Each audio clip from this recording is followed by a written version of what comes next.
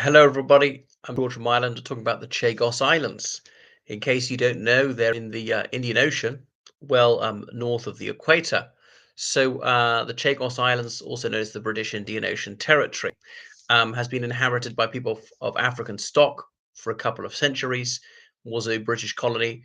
I think the Spaniards were the first to discover it. I mean, probably Indian sailors, maybe Arab sailors before that, because it's so close to India. Um, the Spanish named one of the islands Diego Garcia after the Spanish mariner who was their captain. Anyway, in the Cold War, the United States decided this would be idyllic to have an air base there, naval base, because it would give them control of so much of the Indian Ocean without having this base vulnerable to land attack. So the United Kingdom was obviously withdrawing from empire, and Harold Wilson's Labour government signed this 99-year lease. But they argued that the people on the Chagos Islands weren't permanent residents, and that was the operative word, permanent, and that had come from West Mauritius. It was actually part of the British colony of Mauritius at the time. And as independence negotiations moved forward, one of the things is the United Kingdom was very keen to prize the Chagos away from Mauritius. It's considered part of Mauritius, even though it's thousands of miles from the main archipelago. And the Mauritians accepted that and were paid compensation for that, were granted independence. Some years later, paid compensation for it again. Anyway, the Chagossians were forcibly removed and settled in Mauritius. Some of them came to the United Kingdom, gained British citizenship, particularly residing in Crawley, which is just south of London, close to Gatwick Airport. As I've been aware of this Chagossian issue since I saw protests in about 2002, John Pilger, the late Australian extreme left wing journalist, he's the one who first drew my attention to it. You recommend his documentary, which came out in about the year 2003. The US Air Force is based there, the Royal Air Force likewise. Anyway, it was argued that there was a ruling by the International Court of Justice, which is non-binding, saying that this must be decolonized. The United Kingdom to give it to Mauritius or whatever. The Mauritians sort of have asserted a claim to it. The United Nations General Assembly, most countries voted Mauritius's way on this one, the United Kingdom against it. So therefore, the UK government saying, well, keeping us against international law, we're just going to give it away. So that's it. And we'll lease back that key island, Diego Garcia, from Mauritius. The thing is, the current British lease given to the United States is for 99 years, expires in 2067. It's not that far away, actually. But the poor old Chagossians that became Mauritian citizens in some cases, they would like to go back, and they were going to be allowed to go back in 2003 to visit the graves of their ancestors. The last minute that was cancelled. They were going to be searched before they went there to say they got no weapons, no recording equipment or whatever, no possible threat to the US Air Force base. They wouldn't be allowed with it, be closely supervised by US Air Force personnel. The last minute that was cancelled, they couldn't even go back. How cruel was that? It's absolutely preposterous. You see how paranoid, pathetic, and cowardly some people are to cancel such a visit. The Chagossians protesting in Trafalgar Square, London, and so on, and saying, well, the future of the Chagos Islands must be decided by the Chagossians. Do we want independence? Do we want to merge Mauritius, or we want to remain a British overseas territory, or what? And so, fascinatingly, some of those who landed there landed with British flags. And some Conservative MPs have raised this partly to wrong foot the Labour government. Now, the previous Conservative administration, they held negotiations with Mauritius, were considering doing the same, didn't do it in the end, but didn't seem to have such a principled objection at the time. Got to acknowledge an injustice was done to the Chagossians to be taken from their ancestral home against their will, and they were not adequately compensated at the time, and that was unfair. You could maybe take them away from one of the islands, not all of the islands. That was too much.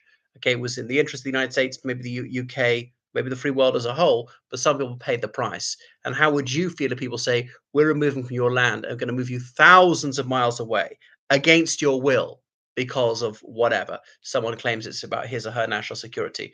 That was unfair. So I do feel sorry for them. They were hard done by, and that ought to be rectified. Four Chagossians landed there today on Ile du Coin. Some people call it Peros Banos Atoll, as in these very flat islands where they're originally volcanic, just like you have the Maldives. It's not that far away from the Maldives. But anyway, they're trying to scupper this attempt to transfer the island to Mauritius. Now, the United States gave it its blessing. Then Trump objected. Does he have the veto over this? it's not clear whether this is really going to get the green light. So it was already signed by His Majesty's government. I'm not sure if it's been ratified by the House of Parliament.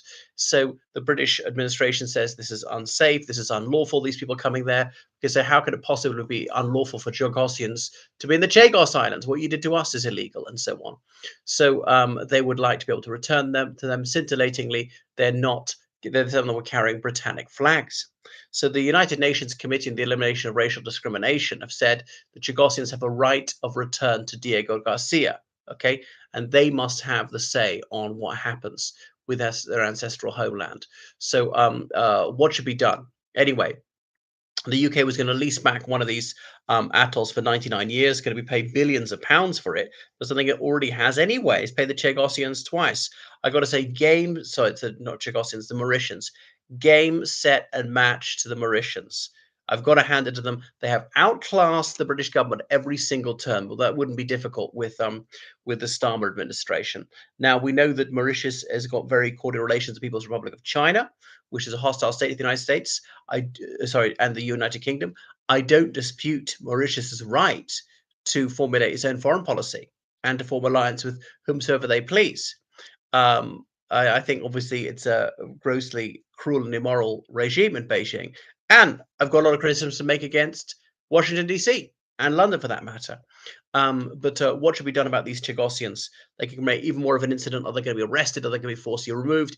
Is drawing yet more attention to the issue. They've got African solidarity. Most of the African Union is behind them. What do you think should happen to the Chagos Islands? Should be the referendum. Who counts the Chagossians? These so-called Chagossians returning today, were they individuals who lived there before 1968? Unlikely, because it's so long ago. Were they born to Chagossian parents? Or maybe their grandparents were born to Chagos Islands.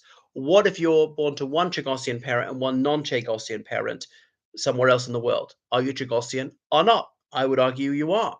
What if you're born to one Chagossian grandparent? The other three grandparents are not Chagossians. Are you Chagossian or not? Does it make any difference if you're born to your Chagossian, your mother's side, or your father's side? Does it make a difference whether your parents were married or not? I mean, I should hope not. What if only 1/8 ethnically Chagossian? Are you Chagossian or not? So this is the question of definition. What's the cutoff? And there's got to be a cutoff. It's not so many generations ago. I think we're probably not down to the stage yet. Something might be just 1/16 Chagossian. So it's debatable. What if you're born outside the Chagos Islands before 1968? And when before or after 1968, that also could make a difference. Um, I think the handover to Mauritius was idiotic, was unnecessary. And Britain, why does it always shoot itself in the foot? It's just so uh, feeble these days. Right. Make sure you subscribe on Patreon, donate PayPal, georgecallan790gmail.com. Goodbye.